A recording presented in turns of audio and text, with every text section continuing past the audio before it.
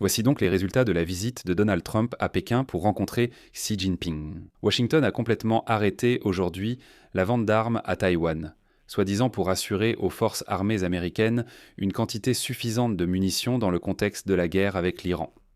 Et cela a été officiellement déclaré par le ministre par intérim de la marine américaine, Hung Kao. C'est devenu un nouveau coup dur pour Taipei après une série de commentaires contradictoires du président américain Donald Trump, qui a déclaré la veille que ce serait soi-disant Taïwan qui chercherait la guerre avec la Chine et non l'inverse. Par conséquent, les États-Unis ne sont pas obligés et ne vont pas le défendre. Et voici la décision d'aujourd'hui. Les États-Unis arrêtent la vente d'armes à Taïwan, ce qui n'était pas arrivé depuis 1979. Discutons-en maintenant. Parlons-en ensemble. Je m'appelle Alexei Petchy, discutons ensemble de ce sujet. Mais avant de commencer, je vous demande de vous abonner à cette chaîne, de mettre un like, d'écrire n'importe quel commentaire et surtout de vous abonner à mon canal Telegram Petchy News. Le lien est dans la description de cette vidéo. Alors, une nouvelle qui a tout simplement choqué après les deux sommets de Xi Jinping en Chine, d'abord avec Donald Trump, puis avec Vladimir Poutine. Washington a suspendu la vente d'armes à Taïwan pour garantir que l'armée américaine ait assez de munitions en raison de la guerre avec l'Iran. C'est ce qu'a déclaré le ministre par intérim de la marine américaine, Hung Kao. Oui, ne soyez pas surpris, aux États-Unis, il y a vraiment un ministre qui s'appelle Hung Kao. Donc il déclare, je cite, « En ce moment, nous faisons une pause pour nous assurer que nous avons les munitions nécessaires pour l'opération Fureur épique et que nous en avons suffisamment. » Encore une fois, autrement dit, il dit qu'il y a assez de munitions. Mais nous suspendons la vente à Taïwan pour vérifier si nous avons vraiment assez de munitions. Et encore une fois, je dirais que lorsque les responsables américains de l'administration de Donald Trump disent que c'est une décision temporaire, que c'est juste en pause pour l'instant, eh bien il faut se préparer à ce que cela dure longtemps. Pourquoi est-ce que je dis ça ? Parce qu'au début du mois de mars, le ministère des Finances des États-Unis d'Amérique a temporairement pour 30 jours, levé les sanctions contre le pétrole russe. Temporairement. Mais déjà, temporairement, ils ont prolongé 3 fois cette levée temporaire des sanctions. Et le 18 mai, ils ont encore une fois prolongé la levée temporaire des sanctions contre la Russie. Voilà. Ainsi, Tsao a répondu à la question lors des auditions au Congrès concernant le paquet d'armes pour Taipei d'une valeur de 14 milliards de dollars qui attend depuis plusieurs mois l'approbation de Trump et que Trump a discuté avec Xi Jinping. Et voilà, Tsao a ajouté, je cite, « Nous nous assurons simplement que nous avons tout. Ensuite, la vente d'armes se poursuivra lorsque l'administration le jugera nécessaire. » Mais le problème, c'est que Trump a déjà laissé entendre qu'il ne considère pas nécessaire de défendre Taïwan et de lui fournir des armes. À la question de savoir s'il s'attend à ce que la vente d'armes à Taïwan soit finalement approuvée, le ministre Tsao a répondu que cette décision serait prise par le secrétaire d'État américain Mark Rubio et le chef du Pentagone Pete Hegseth, et lui-même n'en est pas personnellement sûr. Et bien sûr, on peut comprendre cela.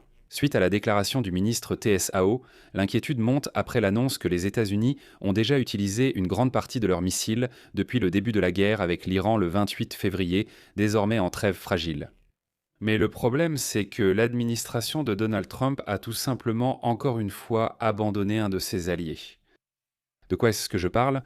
La porte-parole de l'administration présidentielle de Taïwan, Karen Kuo, a répondu aux commentaires de TSAO en déclarant, je cite, « Taipei n'a reçu aucune information indiquant que les États-Unis avaient l'intention d'apporter des modifications à l'accord de vente d'armes. » Autrement dit, cette annonce a été une mauvaise nouvelle pour Taipei, survenue une semaine après que Donald Trump a rencontré le dirigeant chinois Xi Jinping à Pékin, où la question des livraisons d'armes américaines de plusieurs milliards de dollars à Taïwan figurait parmi les priorités à l'ordre du jour.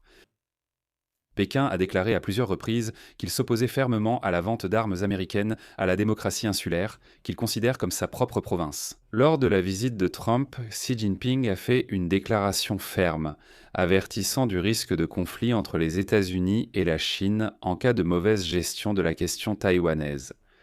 Et à ce moment-là, Trump a admis qu'il avait effectivement discuté avec Xi Jinping et lui avait demandé conseil pour savoir s'il devait vendre des armes à Taïwan ou s'il valait mieux s'abstenir. S'il avait dit « J'ai appelé Vladimir Poutine pour demander si nous pouvions vendre des armes à l'Ukraine » ou quelque chose comme ça. Vous savez, j'ai appelé Ali Khamenei, le guide suprême de l'Iran, pour lui demander s'il fallait aider Israël ou non. C'est à quel point c'est paradoxal. Washington adopte une position ambiguë quant à savoir s'il défendra Taïwan en cas d'invasion. Mais selon la loi sur les relations avec Taïwan adoptée il y a plusieurs décennies, les États-Unis, je le souligne, sont tenus de fournir à Taipei une quantité suffisante d'équipements militaires pour sa propre défense. C'est écrit noir sur blanc. Bien que Trump ait affirmé qu'il n'avait pris aucun engagement concernant Taïwan lors de sa rencontre avec Xi Jinping, une semaine plus tard, il a fait plusieurs déclarations qui ont semé le doute quant au soutien américain à l'île. Trump a qualifié la livraison d'armes à Taïwan de très bon atout dans les négociations avec Pékin et a déclaré qu'il n'avait pas encore pris de décision concernant le nouveau paquet d'armes. Il a également annoncé à ce moment-là une conversation avec la présidente de Taïwan, ce qui pourrait provoquer une énorme indignation de la part de la Chine. En fait, aucun président américain en exercice n'a parlé avec le dirigeant de Taïwan depuis 1979, lorsque Washington a transféré sa reconnaissance diplomatique de Taipei à Pékin. Ah, bien que Donald Trump, je le rappelle, ait tout de même parlé avec l'ancienne présidente de Taïwan, Tsai Ing-wen, lorsqu'il a été élu président des États-Unis à la fin de 2016. À ce moment-là, il a parlé, et cela a alors suscité une réaction mitigée de la part de Pékin. Je rappelle qu'il y a une semaine, Donald Trump, en visite en Chine, a demandé à Taïwan de ne pas déclarer son indépendance. Il a également esquivé la question concernant les livraisons d'armes américaines déjà prévues à Taïwan. Et alors, il a déclaré ce qui suit, je cite, « Nous avons discuté en détail de la question taïwanaise avec Xi Jinping, de la vente d'armes, et je prendrai une décision. Mais je pense que la dernière chose dont nous avons besoin, c'est d'une guerre à 9500 miles d'ici, soit la distance entre les États-Unis et Taïwan. J'ai besoin de parler à la personne qui dirige Taïwan. Je ne veux pas que quelqu'un déclare l'indépendance et que nous, comme vous le comprenez, devions parcourir 9500 miles pour aller faire la guerre. Je ne veux pas ça. Je veux qu'il se calme. Par il, je parle de Taïwan. » La veille, Trump a déclaré vouloir parler aux dirigeants de Taïwan, Lam Tsinde, et envisager un accord de plusieurs milliards de dollars pour fournir des armes à l'île, marquant un changement radical dans la procédure diplomatique. Trump a déclaré que le fait même que la Chine s'opposerait à de tels contacts ne le dérange absolument pas, car ils équivalent à la reconnaissance de la souveraineté de Taïwan. Je le répète, le président des États-Unis n'a traditionnellement pas de contact direct avec le dirigeant de Taïwan, car cela pourrait fortement tendre les relations entre Washington et Pékin, où ce leader est vu comme séparatiste.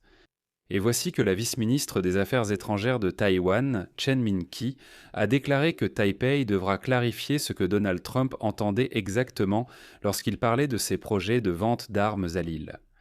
Mais en même temps, Chen Min-ki a souligné que les États-Unis ont certaines obligations en matière de livraison d'armes à Taïwan, et que celles-ci sont inscrites dans la loi.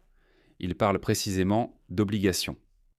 En fait, aux États-Unis, il existe depuis 1979 une loi sur les relations avec Taïwan, qui est en vigueur. Elle établit les obligations des États-Unis de fournir des moyens de défense et une assistance en cas de menace à la sécurité de Taïwan.